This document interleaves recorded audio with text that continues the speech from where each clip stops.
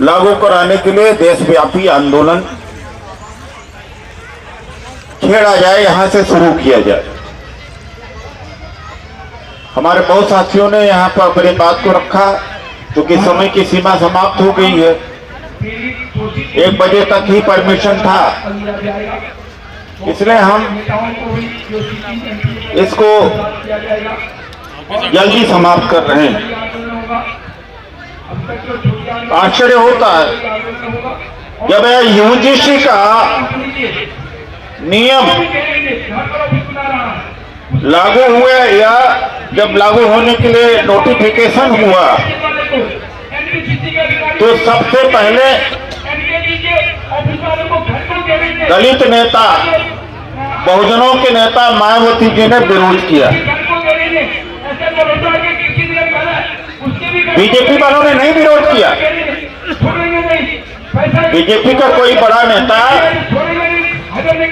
खुद विरोध नहीं किया, लेकिन आरएसएस, बजरंग दल, अखिल भारतीय विद्यार्थी परिषद सबने विरोध बड़े तेजी से किया।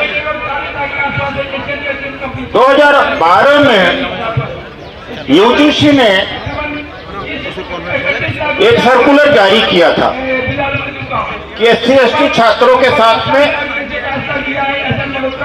अन्याय नहीं होना चाहिए। वो ठीक से लागू नहीं हो पा रहा था। तो 2019 में कुछ वकीलों ने, इंदिरा जयसिंह जी है, दिशा बाडेकर, उनका दरवाजा खटखटाया कि 2012 का जो SC/ST छात्रों के अन्याय रोकने का कानून है, उसे ठीक से लागू होना चाहिए।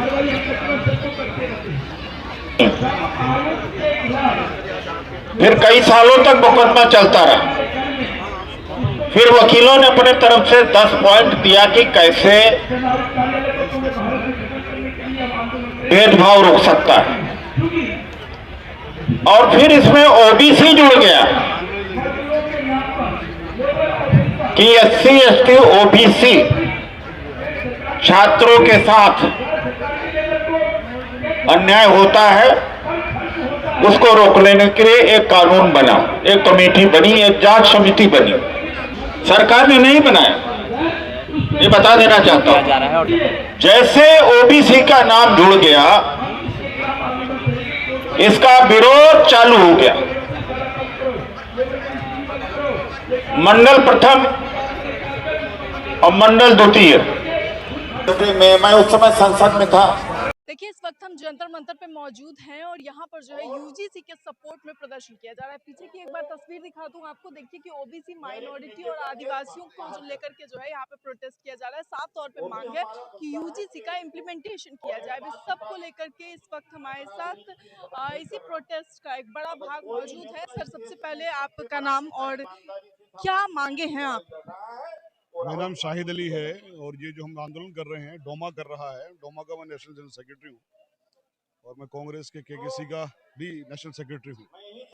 हमारा ये आंदोलन है, ये जो कानून बनाया गया है यूजीसी के लिए, उसको लागू करवाने का, ताकि भेदभाव, जो बहुजनों के साथ भेदभाव होता है, SC/ST के खिलाफ या ओबीसी के खिलाफ, माइनॉरिटी के खिलाफ तो खैर पूरी तरह से जिहादी एक तरह छोड़ा हुआ है कुछ लोगों ने, तो वो रोका जाए, वो खत्म हो।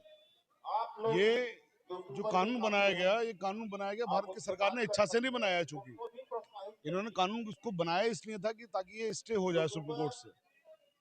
इधर कानून बनाया, उधर अपने ही लोगों से उसको स्टे करवाने के लिए सुप्रीम कोर्ट को अंदर अप्रोच कर लिया। आपका कहना है कि ये जो यूजीसी 2026 का कानून बनाया गया, वो एक प्लानिंग के तहत बनाया है? मेरा बिल्कुल कहना यह है कि इस कानून को बनाया ही इसलिए गया था कि लागू नहीं करना है।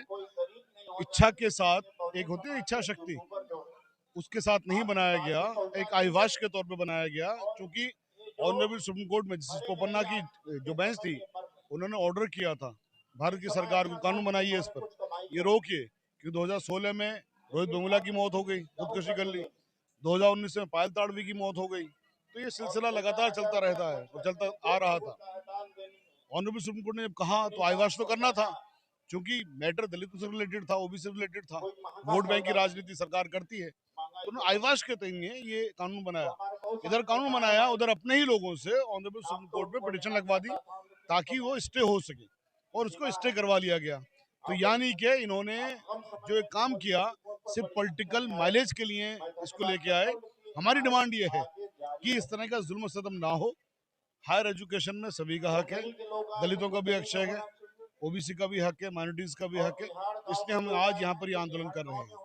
इसमें एक पक्ष और खुलकर आता है, वो ये कहता है कि अगर मान लीजिए कि सुरक्षा में भी अगर आरक्षण मिलने लगे तो सवर्ण के बच्चे कहाँ जाएंगे? ऐसा है, जो आपने कहा सवर्ण के बच्चे कहाँ जाएंगे, 85% तो देश पे उन्हीं का कब्जा है। 85% देश पे तो उन्हीं का कब्जा है। ये आप कह रहे हैं, लेकिन डाटा कहता है कि मात्र 15 से 20% सवर्ण इस देश में है। डाटा ये कहता है। डेटा यही कहता है कि 85% पूरे देश पर इन्हीं का कब्जा है। आप फौज में ले लीजिए, सरकारी नौकरियों में ले लीजिए, पुलिस में ले लीजिए, ठीक है। हमारी लड़ाई किससे नहीं है, हमारी लड़ाई हक की लड़ाई है कि 85% जो ये वर्ग है इसके पास क्या सुरक्षा भी नहीं होनी चाहिए, इतना भी हक नहीं है। भारत का संविधान तो सभी की सुरक्षा की बात करता है ना, तो इनके पास तो सुरक्षा है। देखिए, आदमी रोता कौन है, जो पिटता है। आदमी आंदोलन कौन करता है, जिसको जुल्म हो रहा है। तो जिसके घर में दरवाजा नहीं होता उसको एहसास होता है कि साहब चोर आ सकते हैं। जिसके घर में दरवाजा उसको एहसास नहीं होता। कोई श्रवण आंदोलन क्यों नहीं करता? कोई श्रवण आंदोलन क्यों नहीं करता? क्योंकि उनके पास में सुरक्षा का पर्याप्त इंतजाम हैं। और हम लोग आंदोलन क्यों कर रहे हैं? क्योंकि सुरक्षा नहीं है, इसलिए तो कर रहे हैं। जो पग उनके पक्ष से लगातार सवाल उठता है कि अगर उनके पास सारे इंतजामात हैं, तो एक बात बताइए, उन्हें कौन सी शिक्षा में आरक्षण मिलता है, उन्हें कौन सी नौकरी में आरक्षण मिलता है, उनको कौन सी सीट रिजर्वेशन मिलती है? उनको आरक्षण की जरूरत क्या है? 85% में कब्जा उनका है, तो आप सोचिए ना, 85% पर 15% लोगों का कब्जा है। 15% है ना सिर्फ, लेकिन 85% चीजों का कब्जा है। यहाँ पर क्या है, 85% होते हुए यहाँ 4-5% चीजों पर ही ये लोग। तो इनको और दबाने के लिए अब बताइए, हायर एजुकेशन में रोहित वेमुला को झुटला देंगे क्या आप? पायल ताड़वी को आप झुटला देंगे क्या आप? ये जो और बहुत सारे जुल्म होते हैं झुटला देंगे उसका? नहीं झुटाए जा सकते ना, तो इसीलिए तो यहाँ पर आए हैं। ये झुटला देंगे कि SC ST जो ये है कानून है, SC ST कानून के तहत कई ऐसे मामले भी आते हैं जिसमें फर्जी जो है फंसाया जाता है। फर्जी कानून या फर्जी केसेस ना बने, उसके लिए ऑनरेबल कोर्ट्स बैठी हुई हैं। बहुत सारे कानून हैं, हर कानून का गलत इस्तेमाल भी होता है, इसमें कोई शक की बात नहीं है, ठीक है। लेकिन कोई कानून का गलत इस्तेमाल हो जाए इसलिए कानून मत बनाओ। ये क्या बात हुई, मरने के लिए छोड़ दो। 2026 का जो कानून है इसमें भी अमेंडमेंट होना चाहिए, आप मानते हैं? काउंटर किसी भी कानून में नहीं है, बुलडोजर किसी भी कानून में नहीं है, लेकिन मुसलमानों के घरों में बुलडोजर चलता है, नहीं चलता? मुसलमानों के घरों पे थोड़े चलता है, आरोपियों के घरों पे चलता है। नहीं, तो किसी कानून के अंदर है क्या वो? किसी कानून में है? अपने आरोपियों में चलता है, किसी कानून में है? नहीं चल सकता ना, लेकिन चलाते हैं। तो यही तो है कि धींग की मारी हलाल। आप धींग हैं, आप ताकत में हैं, माइट इज राइट वाली बात। अब माइट है, हमारा जो संविधान है वो तो सबकी बराबरी की बात करता है। उस बराबरी के हक के लिए तो यहाँ पर आए हैं। आप बराबरी कर दीजिए, हम क्यों आएंगे आंदोलन करने के लिए? हमारे माथे पे कुछ लिखा हुआ है क्या कि हम आंदोलन कर रहे हैं? धूप में यहाँ पर धक्के खा रहे हैं, ठीक है, बिना पानी के, बिना उसके यहाँ पर तमाम लोगों की आवाज उठा रहे हैं। आप लाइए ना, करिए ना इन चीजों को, क्यों नहीं करते आप? बराबरी कैसे आएगी? मतलब आरक्षण मिला तब भी बराबरी नहीं आई। संविधान को सही तरीके से लागू करने पे। देखिए, दो लोगों का मुकाबला नहीं हो सकता, एक राजा का बेटा या किसी अफसर का बेटा या किसी सरकारी नौकरी का बेटा और एक रिक्शा चलाने वाला, दोनों के बच्चे बराबर नहीं कर सकते। आपको रिक्शा चलाने वाले के बच्चे को, या जो दलित है जो सफाई करने वाला है उसके बच्चे को, या जो मोची है जो चमड़े का काम कर रहा है, या जिसको हिकारत की नजरों से देखा जाता है, पढ़ने भी नहीं दिया जाता, उसके बच्चे को जब तक आप सुरक्षित नहीं करेंगे, जब तक आप बराबरी पर लेके नहीं आएंगे, तब तक कोई भी लेवल प्लेइंग फील्ड की बात हो ही नहीं सकती। मैं आपकी बात से इत्तेफाक रखती हूँ, लेकिन एक आप सवाल रखें इस ना पे रखें, लूंगी, एक मैं एक बात सवाल सकता इस पे लूंगी सर। एक सवाल ये लूंगी कि बार बार ये सवाल उठाया जाता है कि क्या आज के समय में ऐसे भी तो कुछ लोग हैं जिन्होंने आरक्षण के जरिए स्वयं को आगे बढ़ाया, परिवार को आगे बढ़ाया, अब उनको जरूरत नहीं है, तो हमें आर्थिक आधार पे आरक्षण रखना चाहिए? देखिए, ऐसा है, आपकी जो बात है ना वो सुपरफिशियल है, वो तथ्यों पर आधारित नहीं है बात। तथ्यों पे तथ्यों पर आधारित बात नहीं है आपकी। आर्थिक तौर पे नहीं दिया जा सकता। 80% आर्थिक पे दिया जा रहा है ना, सुप्रीम कोर्ट ने कर दिया या हमारी सरकार ने कर दिया, पहले की सरकार ने कर दिया। आर्थिक तौर पे है ना आरक्षण, बिल्कुल है आरक्षण। लेकिन आप 85% लोगों को दबाने की बात करो, आप ये कहो कि साहब इनको तो आरक्षण दिया जाएगा तो जुल्म हो जाएगा। अरे भाई, जुल्म उल्टा हो रहा है। 85% लोगों को आपने बिल्कुल समुद्र के अंदर डुबाने के लिए कवायद कर दी गई है। वो अपने हक के लिए लड़ रहे हैं, अपनी जिंदगी के लिए लड़ रहे हैं, अपनी बेसिक नेसेसिटी के लिए लड़ रहे हैं। तो हमारा तमाम वर्गों से आग्रह है, जो सवर्ण उनसे भी आग्रह है कि इस लड़ाई में आइए। आज़ादी की लड़ाई में बहुत सारे अंग्रेजों ने भी साथ दिया था, क्योंकि आज़ादी की लड़ाई सही थी। ये जो लड़ाई है, ये लड़ाई सही है। बहुत सारे सवर्ण भी इसमें साथ होते हैं, ऐसी बात नहीं होती। क्योंकि जो भी आदमी जुल्म करने वाला है वो जालिम होता है, वो किसी का सगा नहीं होता। इस चीज़ को समझने की ज़रूरत है। और जो लोग जुल्म कर रहे हैं उन लोगों ने 85% देश को पूरे को कब्जा किया हुआ है। अंतिम सवाल लूंगी सर। यूजीसी 2026 का जब कानून आया था तो एक सवाल सबसे ज्यादा उठा था।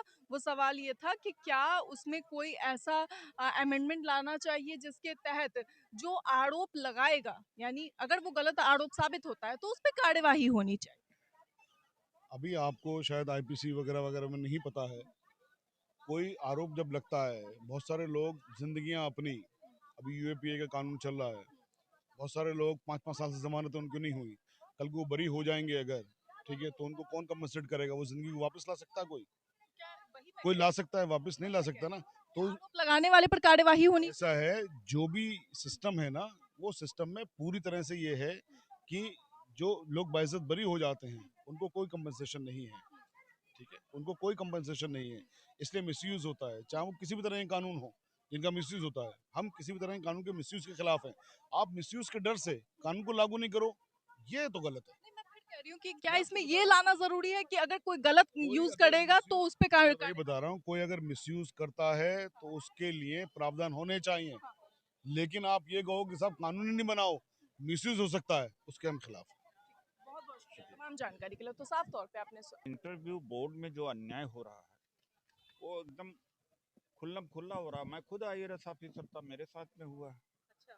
अगर मुझे अच्छा दे दिया होता इंटरव्यू में मार्क्स, तो मैं मेंस में आईएएस में आ गया होता, आईआरएस में जाकर रुक गया मैं। तो ये कानून लागू होना चाहिए।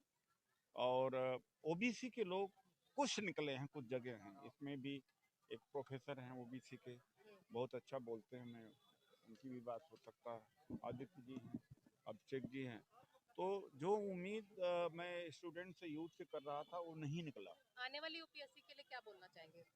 नहीं, यूपीएससी का तो पूरा अध्ययन चल रहा है। यूपीएससी के खिलाफ तो एक मोर्चा शुरू करूंगा। अभी शुरू तो नहीं किया था, लेकिन अब इस बार भी जब देखा हमने यूपीएससी में रिटर्न इंटरव्यू में, तो बड़ा फर्क आया है। ऐसी हालत देख के करना चाहिए तैयारी, या क्या करें?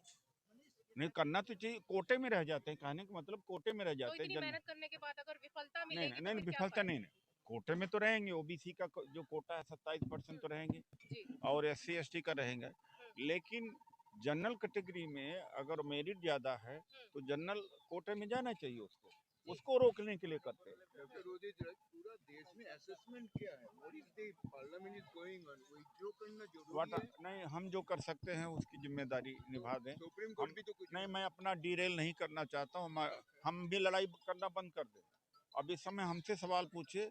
मैं इस बहुजन समाज का व्यक्ति, मैं और हर व्यक्ति जो बहुजन समाज का जागृत है, वो अपने समाज के लिए क्या कर रहा है, उसकी जिम्मेदारी निर्धारित होना चाहिए। पार्लियामेंट में एमपी क्या कर रहे हैं, मिनिस्टर कर रहे हैं, अगर उनकी जिम्मेदारी के बारे में चर्चा करेंगे तो हम कुछ करेंगे नहीं। तो हम तो नक्कम्मा न बने, हम अपनी जिम्मेदारी करें। राज्य सरकार बहुजनों की रीढ़ की हड्डी तोड़ने के लिए तैयार है। 10 से 15 तोड़ दिया है, काफ़ी हद तक तोड़ दिया। 2014 से लेकर पब्लिक सेक्टर अंडरटेकिंग जितने थे उनको बेचा जा रहा है, और कंट्रेक्चुअल सिस्टम आ गया है।